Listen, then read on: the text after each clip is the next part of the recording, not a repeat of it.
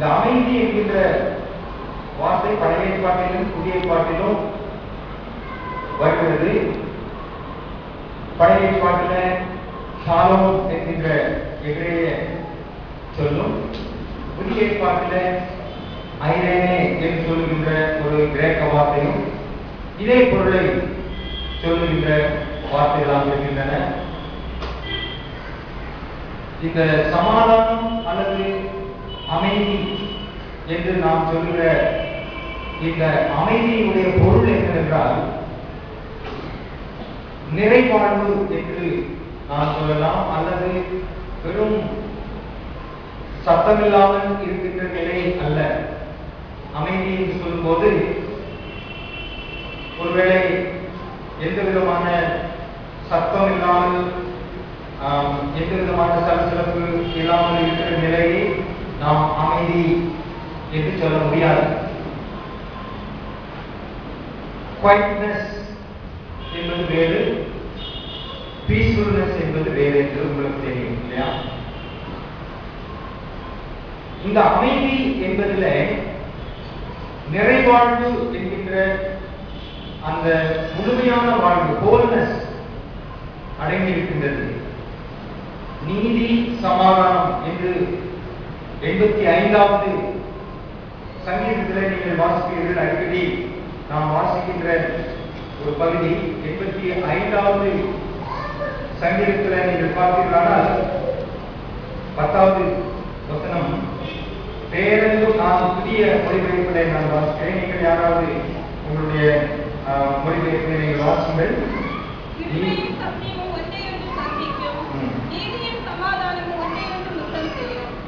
பேரென்றும் உண்மையும் ஒன்றை ஒன்று சந்திக்கும், நீதியும் நிறைவாழ்வும் ஒன்றை ஒன்று முத்தமிடும். அதே திருமொழி இவ்வாறு மொழிபெயர்க்கப்பட்டிருக்கிறது. நீதியும் சமாதானமும் என்பதை நீதியும் நிறைவாழ்வும் என்று மொழிபெயர்க்கப்பட்டிருக்கின்றது. நிறைவாழ்வு சொல்லும்போது சமாதானத்திற்கு உள்ளே இவை அடங்கி இருக்கிறது.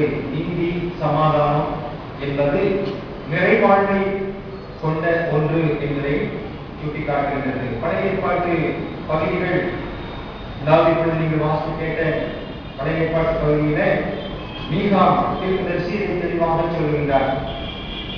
அதாவது மீகா தீர்க்கதரிசி 4ஆம் அதிகாரத்துல பார்க்கும்போது எப்படிப்பட்ட சமாதானம் என்று சொல்லும்போது 4வது வசனத்தை பாருங்கள். அவர்களுள் ஒவ்வொருவரும் தம் திராட்சை தோட்டத்தின் அடியிலும் அத்திமரத்தின் அடியிலும் அமர்ந்திருப்பர், அவர்களை அச்சுறுத்துவார் எவரும் இல்லை, ஏனெனில் படைகளின் ஆண்டவரது திருவாய் இதை மொழிந்தது. தந்தன் அத்திமரத்தின் நிழலிலே, தந்தம் திராட்சை தோட்டத்தின் நடுவிலே அவர்கள் அமர்ந்திருப்பார்கள், அச்சுறுத்துவார், அதாவது பயப்படுத்துவார் எவரும் இல்லாமல் அங்கே அவர்கள் அமர்ந்திருப்பார்கள். அதாவது அவர்கள் தங்களுடைய சொந்த இடத்துல வேறு எவருடைய அச்சுறுத்தல் அல்லது ஆதிக்கம், ஒடுக்குதல் போன்ற அநீதி நிகழாமல் அவர்கள் அமைதியோடு மற்றவர்களுடைய அச்சுறுத்தலுக்கு இருப்பார்கள். அப்படியானால் யூத மக்களுடைய வாழ்வின் அனுபவங்களை நீங்கள் பார்த்தீர்களானால் அடிக்கடி அந்நிய நாட்டினுடைய படையெடுப்பு அவர்கள் மேலே வந்து அடிக்கடி மற்ற மக்கள் அச்சுறுத்த தொடங்கி அவருடைய வாழ்வு சின்ன பின்னமான நிலையை நாம் பார்க்கிறோம். புதிய ஏற்பாட்டின் காலத்துல இயேசுவானவர் வாழ்ந்த காலத்துல ரோமன் பேரரசு அவர்களை ஆண்டு வந்தது என்று நாம் பார்க்கின்றோம். ரோம பேரரசுக்கு உட்பட்ட ஒரு பகுதியாக பாலஸ்தீனா இருந்தது.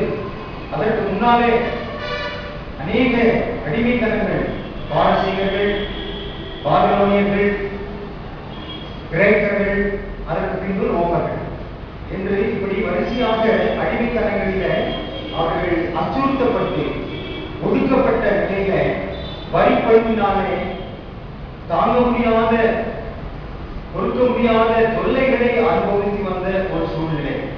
அப்படிப்பட்ட ஒரு சூழ்நிலையில ஆண்டவர் மக்களுக்கு அமைதியை வழங்குகிறவராக அவர் வந்தார் என்று நாம் பார்க்கின்றோம்.